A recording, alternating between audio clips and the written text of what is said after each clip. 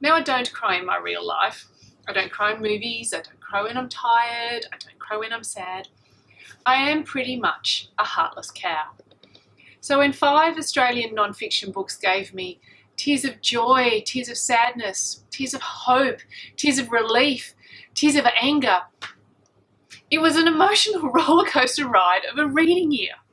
Hi, I'm Leah, and welcome to Hide and Seek, and welcome to my favourite Australian non-fiction books for 2017. Now, one day I will film a video not in my workplace, but today ain't that day. I thought I would start with perhaps the most well-known of all the books, Reckoning by Magda Szubanski. Now, Magda is perhaps most well-known for playing Mrs. Hoggett in the Babe series of movies. However, in Australia, she's known for her sketch comedy, along the lines of, say, Amy Poehler and Tina Fey in the States, and, say, Dawn French and Jennifer Saunders in the UK. Her keenly observed, witty takes on Australian culture are second to none.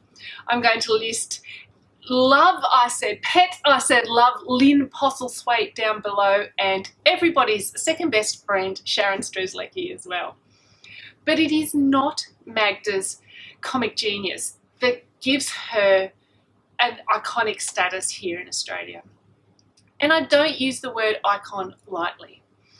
Magda's stance on social justice, her courage to stand up for what she believes, to be the voice for people who do not or cannot have a voice for themselves, and the courage to know how to do it right, makes her legendary in my mind. If you want to see Magda talk on the same-sex marriage debate and shut down irrational, stupid arguments with grace, with humility, with humour, with common sense, I'll link that down below as well. So if that's not enough to get you to read this book, Magda's backstory of coming from a migrant family to Australia, her coming out to her parents, her body issue ideals, trying to make it in the Australian comedy scene, is a delightful memoir that tells a story of a wonderful human being who just happens to be a wonderful Australian. The second memoir I want to speak about today is Danger Music by Ayres. Now, if you want to flick through my video repertoire, you'll see a full review of this book in my non-fiction November segment, and it is like my second or third video, so it is pretty awkward, but definitely watch it if you're game, because it explains the beauty of Danger Music. A classically trained musician and radio announcer goes to teach at the National Institute of Music in Kabul, and it is the story of the growth, the acceptance, the sensation of home, the learning, the love, the music of that experience. It also happens to be the story of Emma Ayres becoming the person he always should be, Eddie Ayres, and it is heart-wrenching in that raw honesty. You don't need to know anything about the Australian music scene to love this book. If you are a lover of music, of cultural awareness, of self-acceptance, if you want to learn about LGBT themes and a true story of that, then read Danger Music, the best non-fiction book I read all year. The third non-fiction book I want to talk to you today is part travel log, part family discovery story, part Icelandic myth and saga. It is a combination of all these things in one amazing and massive book. It does contain pictures and stories and music and poetry all in here as well, so it is a mixed media experience. Saga Land by Richard Fidler and Kari Gislason.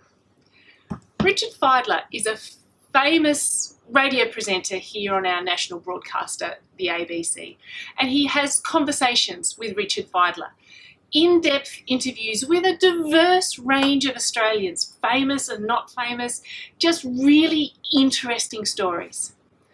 One man Richard Fidler interviewed about 2 years ago now, I think, Kari Gislason, a man born in Iceland to a British mother and as the illegitimate son of an Icelander. Kari moved to Australia in his late teens, I think, and is now an academic at a university here in the literature and history departments. This is the story of Kari's journey back to Iceland to discover both his family, where his family sits on the Icelandic narrative, and to talk about the long tradition of the Icelandic sagas.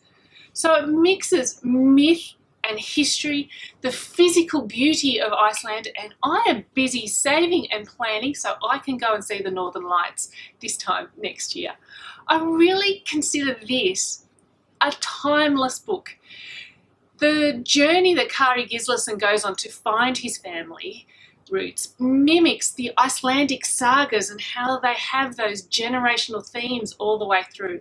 It's a beautiful, timeless, and I think not bound by any geographic constraints. So even if you are not Australian, this is a beautiful story of the northern parts of the world that I and many others know nothing about. The last two books, I don't have copies of them, and they are interesting additions, but ones I felt to be really important. Dark Emu by Bruce Pascoe. Now, like any story of colonisation, it is unfortunately a very one-sided argument. And like any person coming to conquer, for want of a better word, any land, the European settlers came and found what they wanted to see. The early explorers came looking for a primitive society that they could conquer, and terra nullis, nobody here and nothing to do. And unfortunately, history has been written that way for centuries. And the truth of the matter is, it is pretty much completely false. Dark Emu tries to readdress the sense of culture and community and agriculture and the sense of not industrialisation, but the sense of community dwelling for the Aboriginal people, and how where the early Europeans saw empty, barren lands, the traditional owners of the land had simply left that land at that point of the year because it was inhospitable and they were living somewhere else. But they had in place structures and community to come back at the right time. Now, Australia is a harsh country and a harsh place to live, even in modern times. So Dark Emu addresses those changes in agriculture and how European settlers have perhaps overlooked a long part of the traditional owner's history. And it is gut-wrenching in its honesty, and I think one that many more Australians should read. The final book I'd like to talk about is Depends What You Mean by Extremist by John Safran. Now, John Safran is a social commentator here in Australia, and he is known for asking the difficult questions in perhaps the most awkward and confronting way. He is a journalist, a social commentator, a television and radio presenter, and he is often found just pushing the limit of good taste and appropriate questioning. But that works to get at the heart of a matter, to get to the point where if you're too embarrassed to ask the questions, John will ask the question and just extends everyone's viewpoint on a subject. In this book, John Safran is talking about extremism, and extremism not just in Australia but the world over, from Nazism to the love it or leave it Australian patriot movement to the Islamic extremists who target young people in Australia. It challenges each and every question. And what the conclusion he comes to is essentially everybody wants the same thing. Everybody wants a better life for themselves. And the way to do that is to listen to other people. But in John Safran's inimitable style and humour and wit and confrontation, this book challenges many people's viewpoint of everybody else. You know how everyone says, oh, it's not me with the problem, it's everybody else is with the problem. And it really is a great way to introduce discussions of race, and religion and sexism in a conversation along those lines. So I strongly urge you to consider John Safran's Depends What You Mean by Extremist if you want to really see some social issues that are going around Australia at the moment. So there are 5 Australian non-fiction books that I really enjoyed this year. I wish everybody would read some more Australian non-fiction. If I had to push one on you, I would say do Danger Music. It is brilliant and you won't be disappointed. But thank you for watching and have a fabulous day.